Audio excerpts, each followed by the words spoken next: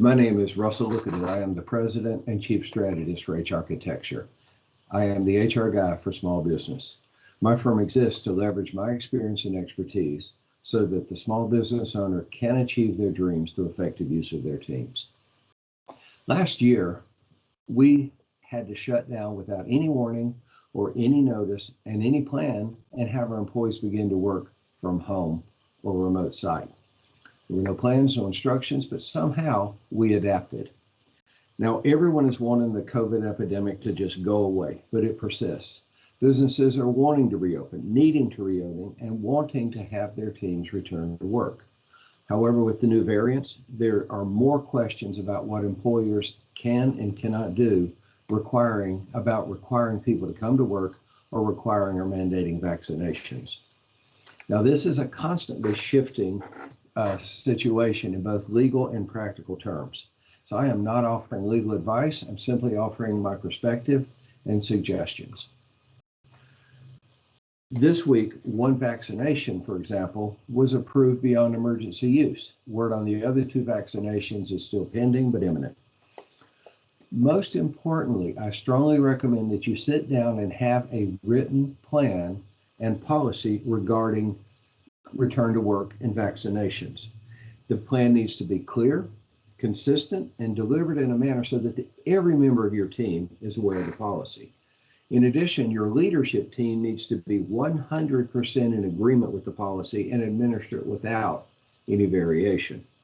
Let's look at 5 or 6 key questions. Question 1, can I require my employees to return to the workforce? Unequivocally, yes. An important question is, should you require your team to return to the workplace? The toothpaste is out of the tube and the genie's out of the bottle. The idea of requiring people to come back to work is going to create significant resistance. 2/3 of the workforce has indicated that they want a flexible workplace. And 4 in 10 employees have reported that they would switch jobs if coming to the workplace every day with regular hours was implemented. Offering this proactively in a tight labor market is a matter of survival. But what if you do require it and the employees refuse to return to work? Unless you are constrained by a collective bargaining agreement or some local regulations that I'm not aware of, there is no prohibition to requiring employees to return to the workplace. It is clearly and totally up to the business leaders. To do so, however, you risk losing key players. While unemployment insurance requirements differ by state, generally you can contest claims when you have made a reasonable offer to return to work and the employee refused to return.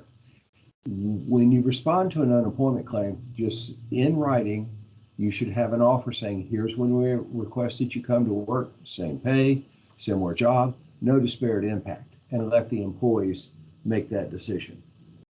It is important that that is written into your return to work policy. Your leadership team needs to be aware of the implications of that policy and administer it consistently. In other words, a top performer who refuses to come to the office needs to be terminated just as well as an underperformer similarly situated. There can be no protected class. There can be no disparate impact, on a protected class. Now, can an employer mandate vaccination as a condition of continued employment? Again, yes.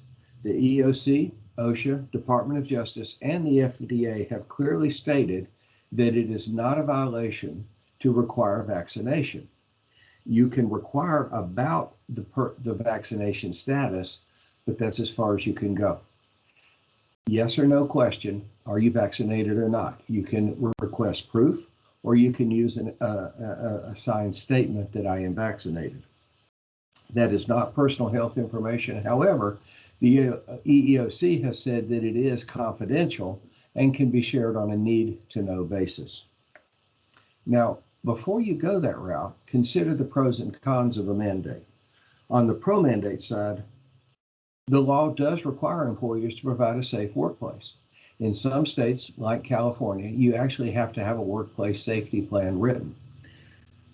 An across-the-board mandate is simple, consistent, and is the safest possible position to take.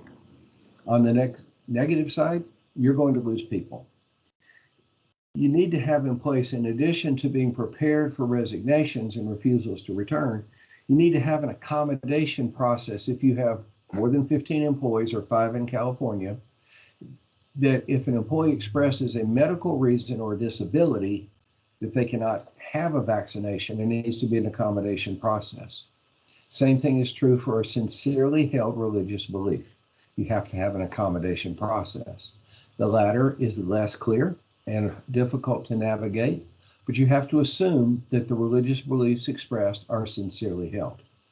If you have questions, you can go to their clergy and ask them for an explanation of why this is the case. Again, that needs to be done in a confidential manner by trained professionals who have administered accommodation processes. Do I have to pay for a vaccination, time off, or other expenses related to getting the vaccination? If mandated, yes. It's pretty clear cut that if you require something of an employee in order to work, it's paid time if you're non-exempt. Now, if you're exempt, you have to pay for any day they work, even a partial day. But for non-exempt employees, you have to pay them for the time to get a required vaccination. You also have to require for reasonable transportation and mileage expenses and the cost of the vaccination or testing.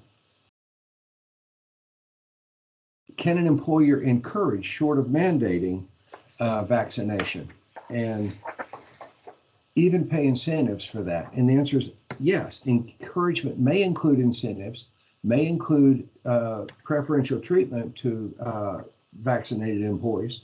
The only caveat is the incentives cannot be onerous or coercive, and that any accommodations need to be done consistently. The next question is, what do I do with unvaccinated employees? A policy that encourages vaccination without a requirement does create another set of challenges. First amongst these is you have a caste system of vaccinated and unvaccinated employees. Both sides are going to be contentious on this issue in an optional workplace situation.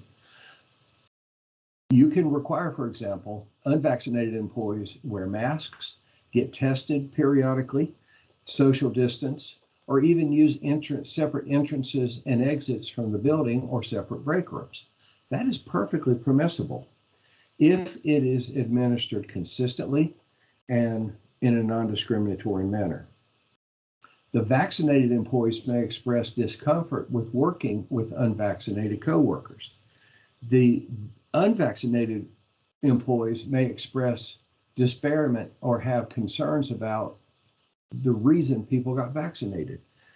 The workplace needs to be civil. You need to encourage open conversations and certainly not prohibit conversations about workplace conditions, but you can insist on 2 things. One, that they maintain civility, and secondly, that they do not impede productivity and the work getting done. You need to be very clear in your policy that any violation of civil standards or bullying are unacceptable and subject to progressive discipline leading up to possible termination. We continue to navigate these uncharted waters, balancing business needs and business survival with providing a safe workforce and keeping our employees. Leaders need to be listening empathically. They need to be nimble, clear, and compassionate.